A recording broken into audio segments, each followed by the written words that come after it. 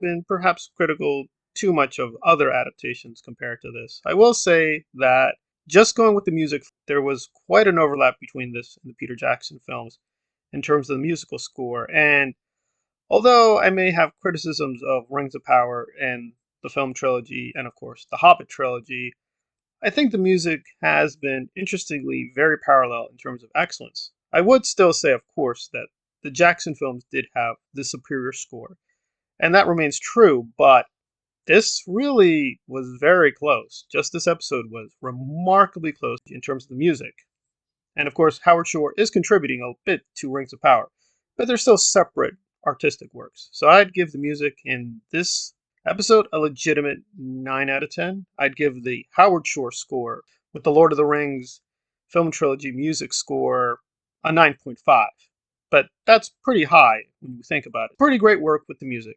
But getting into the other elements, I think people will probably differ greatly. The dialogue pretty strong for the first half. It did get a little cringy near the end, and certain moments, especially the final twist, I thought was it works fine as a story, but I don't think it makes sense with the canon. It doesn't violate the canon, but I do think it violates the spirit of Tolkien. But for the most part, this episode really did align closely to me with what the books wanted and meant, and was fairly close to the animated version. In terms of fidelity, yeah, there's a lot of lore violations, but there's also places where the lore is very exact. Some people who hated this episode thought they made up stuff, like even words. They didn't. So stuff here was very exact. It felt very consistent with the characters as they've been portrayed, and it solved certain issues where people thought, well, this is a plot hole, or we're not going anywhere, or this is silly. Why would the orcs do that? What the orcs were doing for the first couple episodes now makes sense. It was part of a larger plan, which I have to say was actually pretty brilliant. I think only a few people speculated and guessed it correctly. Hats off to the writers where they did get things really right and was mostly executed fairly strongly. Some people said this episode was too dark, not just thematically, but literally it was too dark. I frankly didn't sense that. I thought it was appropriately dark where it needed to be. Certain things could have been lighted better.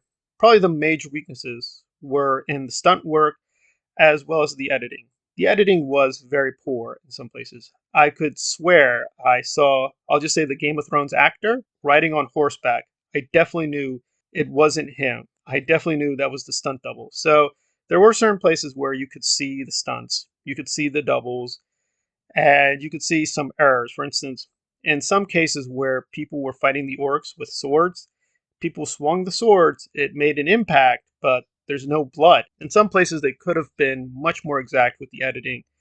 And although the special effects, for the most part, made sense, the final shots, they were kind of hit or miss. I think they could have been done better, and just giving us less would have been more, but they went a little overboard.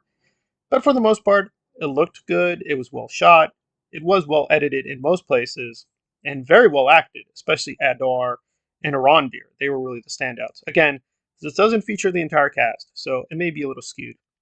I also thought Galadriel was pretty decent here, although, again, they kept, I think, trying too hard to give her hero moments.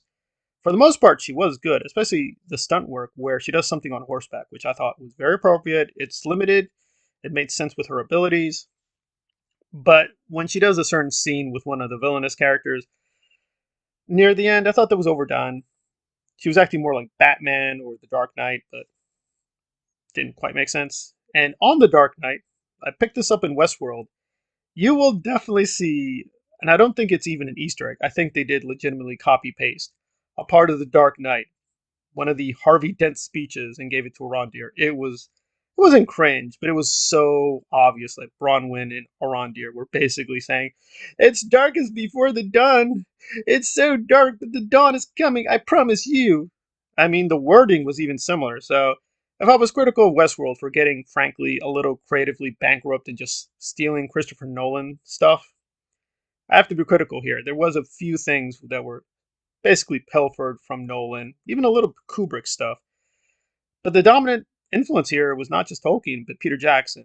Now, my problem has been they haven't really been able to decide which master they should serve. They keep going back between the Jackson canon and the Tolkien canon, and they've upset both camps. And a lot of people in both camps hate them a lot for just not being true to that particular canon.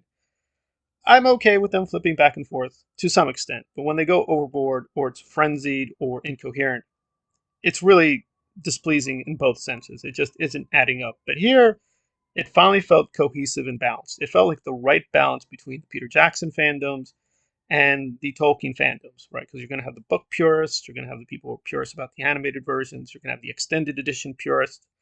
This one felt like it actually wasn't a marketing plan. It really felt finely attuned to these different audiences, mostly well balanced. There were a few places, of course, the editing was excessive and had, the Jacksonian epic feel, but I think in the wrong place. And definitely the ending felt very Jackson like, but I think that's not good. I think Tolkien was very clear he didn't like a lot of action scenes. And the core of this entire episode is a little iffy because they're basically building on the fan canon that the orcs came from elves. They did not. Tolkien was not clear where they came from, but he did dismiss several times. They're not elves. That would create too many problems with the canon internally. It would create too many internal contradictions. So there he was clear. They're not elves. There was a place where he did speculate, but he literally wrote in the margins, they're not elves. I made a mistake. Please do not carry this over into the published version. So he was clear. Orcs do not come from elves. We can discuss where they do come from. It's left ambiguous. I think I know the answer, but they're not elves. But they've definitely gone with that fan theory. And again, if you respect the fan theory, this will work for you. But again, as a canon expert, I have to tell people this orc elf linkage is basically speculative at best. So overall, great episode. It does lean a little bit too much into fan service, but in a good way. I think the editing would have been better if they just made it more restrained. I know some people are going to have questions about if Galadriel survives, how could that be possible? Again, she's extremely powerful. And I think it's not really the physical consequences, but the moral consequences of what they did, which was mostly correct. But you can see definitely Sauron has very strong stuff. I'm giving this an 8.5. Across all television, an excellent episode, but it does have a few flaws with the editing, pacing, performances. It will be pleasing to the Jackson fandom, I think, as well as the Tolkien fandom. But you can definitely nitpick certain issues. But I think within reason, it's still a very, very good episode.